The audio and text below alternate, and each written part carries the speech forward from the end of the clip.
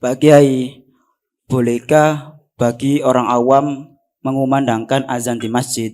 Pertanyaan, bolehkah orang awam mengumandangkan azan di masjid? Begini ya, azan di masjid itu memang tidak ada syarat yang menyebabkan seorang yang berazan asalkan bacaannya benar itu dianggap salah misalnya. Contoh misalnya, kalau sholat, itu kalau orang tidak punya wudhu kan batal. Misalnya tengah-tengah sholat dia buang angin atau kentut kan batal.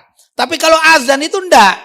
Ya tetap sah saja gitu. Orang awam pun sah untuk berazan. Hanya yang perlu diketahui pertama, orang masuk masjid itu kan ada aturannya. Walaupun orang awam juga harus tahu aturan. Pertama masuk masjidnya ini harus kakinya suci misalnya. Kalau orang awam sekali tidak ngerti ini kan bahaya.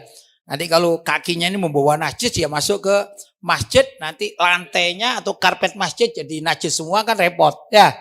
Nah itu satu. Maka hendaklah yang berazan itu jangan terlalu awam-awam sangat. Yang kedua, mungkin orang awam ini hafal karena sering mendengarkan azan. Ya, nah, tidak apa-apa sebenarnya, hukumnya boleh-boleh saja begitu. Tapi ada tapinya ini.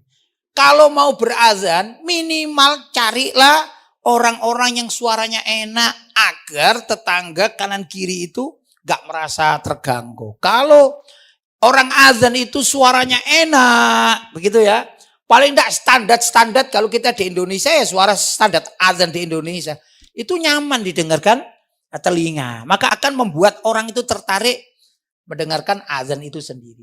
Tapi mohon maaf, kalau suaranya tidak enak, mohon maaf ini kan ada orang suaranya tidak enak.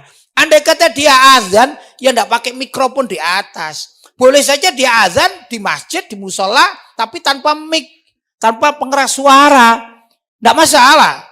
Ya, nah kalau di masjid umumnya kan pakai pengeras suara. Cari dong yang suaranya lumayan, walaupun bukan yang super enak, tapi yang lumayan enak lah, gitu ya.